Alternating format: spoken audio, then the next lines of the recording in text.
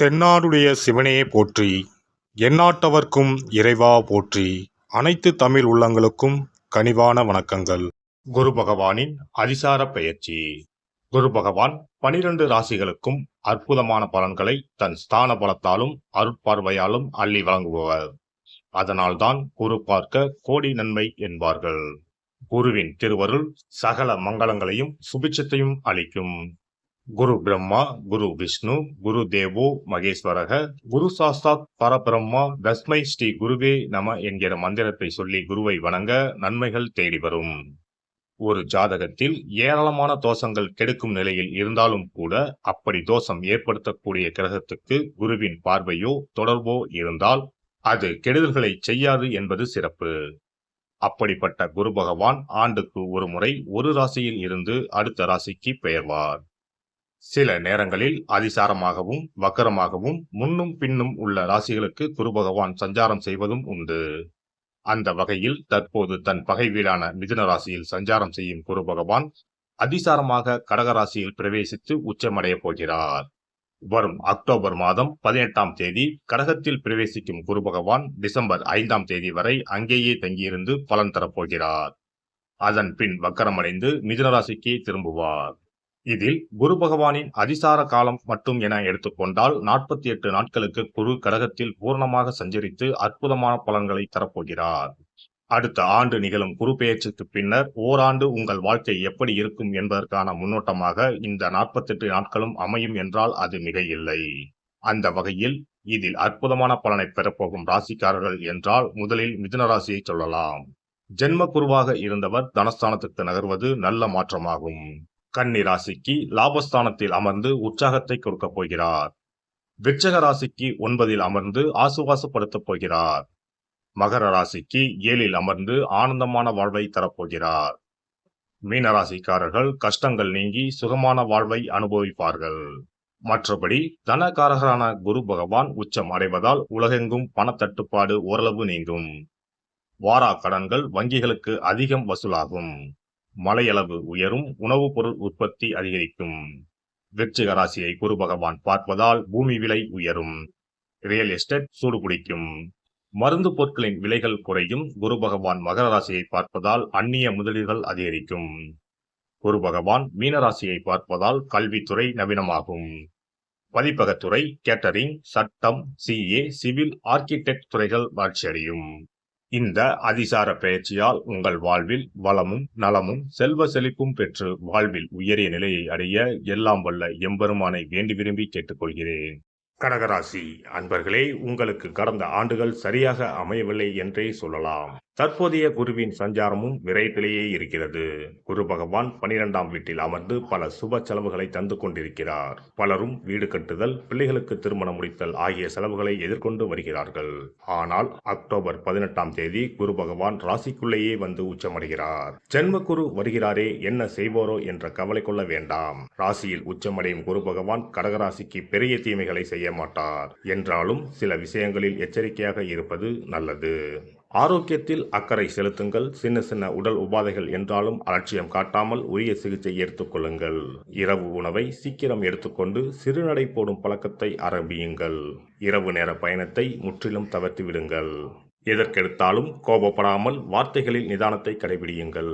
முன் கோபத்தை முற்றிலும் தவிர்த்து விடுங்கள். நெருக்கமானவர்கள் மனம் புண்பட்டு விலகி போக வாய்ப்பு உண்டு என்பதால் அனைவரிடம் அன்பாக பழகுங்கள். ராசிக்கு 5ஆம் வீட்டை குரு பகவான் பார்க்கிறார். எனவே நீண்ட காலமாக குழந்தை பாக்கியம் எதிர்பார்த்து காத்து கொண்டிருந்தவர்களுக்கு மழலை செல்வம் கிடைக்கும் வாய்ப்பு உள்ளது. பூர்வீக சொத்துக்களில் இருந்த பிரச்சனைகள் தீரும். குலதெய்வ கோவிலுக்கு சென்று விட்டு போன பிரார்த்தனையை நிறைவேற்றுவீர்கள். ராசிக்கு 7ஆம் இடத்தை குரு பகவான் பார்ப்பதால் குடும்பத்தில் அந்யோன்யம் அதிகரிக்கும். கணவன் மனைவி இடையே பாசம் அதிகரிக்கும். ஈகோ பிரச்சனைகள் விலகும். வாழ்க்கை துணைவர் வழியில் நல்ல ஆதாயம் கிடைக்கும். வாழ்க்கை துணையின் உடல் நலம் மேம்படும். வியாபாரத்தில் புதிய பங்குதாரர்கள் கிடைக்க வாய்ப்புண்டு. பழைய பங்குதாரர்களும் மோதல் போக்கை கைவிட்டு இணக்கமாக நடந்து கொள்வார்கள். ராசிக்கு 9ஆம் வீட்டை குரு பகவான் பார்ப்பதால் குடும்பத்தில் வசதி வாய்ப்புகள் கூடும். தந்தை வழியில் நன்மைகள் நடைபெறும். அவரின் ஆரோக்கியம் மேம்படும். புதிய யோக அமைப்புகள் தேடி வரும். இந்த அதிசார குரு பெயர்ச்சியில் மிகவும் கவனமாக இருக்க வேண்டியவர்கள் புனர்பூச நட்சத்திரக்காரர்கள்தான். ஆரோக்கியத்தில் மிகுந்த அக்கறை எடுத்துக்கொள்ள வேண்டியவர்கள் அவர்கள்தான். மற்றபடி பூசம், ஆயில்யம் ஆகிய நட்சத்திரக்காரர்களுக்கு மிகுந்த நற்பலன்களை இந்த குரு பெயர்ச்சி வழங்கும். திங்கள் கிழமைகளில் சிவாலயம் சென்று வழிபட்டு வாருங்கள். பிரதோஷ காலத்தில் நந்திக்கு நடைபெறும் அபிஷேகத்தை தரிசனம் செய்யுங்கள். வசதி குறைந்த மாணவர்களுக்கு உதவி செய்யுங்கள். குரு பகவான் மனமகிழ்ந்து உங்கள் வாழ்வை மாற்றுவார். சிறப்பு தொகுப்பு: தோஷங்களை நீக்கும் கற்பூர பரிகாரம். வாஸ்து சாஸ்திரங்களின்படி வாழ்க்கையில் மகிழ்ச்சியையும் செழிப்பையும் கொண்டு வர பல வழிகள் உள்ளன. வருமானம் பெருக, வீட்டில் உள்ள கண் திருஷ்டி நீங்க, வேலை கிடைக்க, பல சுப பலன்கள் கிடைக்க, சிறு விஷயம் செய்தால் எல்லாம் நல்லபடியாக நடக்கும். வாஸ்துப்படி கற்பூரம் மற்றும் கிராம்பு எரிப்பது பல பிரச்சனைகளை சமாளிக்கும். இரவில் கிராம்பு வைத்து கற்பூரம் கொளுத்துங்கள். ஆசைகளை நிறைவேற்றும் சக்தி கற்பூரத்திற்கு உண்டு. உங்கள் விருப்பம் நன்றாக இருந்தால் அது நிச்சயம் நிறைவேறும். பண பிரச்சனைகளில் இருந்து விடுபட சனிக்கிழமை இரவு படுக்கைக்கு செல்வதற்கு முன் கிராம்பு மற்றும் கற்பூரத்தை வெள்ளிக்கிண்ணத்தில் எரிக்கவும். இப்படி செய்தால் பண பற்றாக்குறையை போக்கலாம். வீட்டில் உள்ள எதிர்மறை சக்தியை விரட்ட கற்பூரம், கிராம்பு மற்றும் ஏலக்காய் நன்றாக வேலை செய்யும். இவை தீய சக்திகளை வீட்டில் இருந்து விலக்கி வைக்கும். கற்பூரம், 5 ஏலக்காய், 5 கிராம்பு ஆகியவற்றை ஒரு பாத்திரத்தில் எடுத்து எரிக்கவும். முதலில் பூஜை அறையில் வைத்து எரித்துவிட்டு அந்த புகையை வீட்டின் மூலை முடுக்கெல்லாம் பரவவிட வேண்டும். இவ்வாறு செய்வதன் மூலம் வீட்டில் அமைதி உண்டாகும். கண் திருஷ்டி நீங்கும். எதிர்மறை ஆற்றல்கள் அகற்றப்படும்.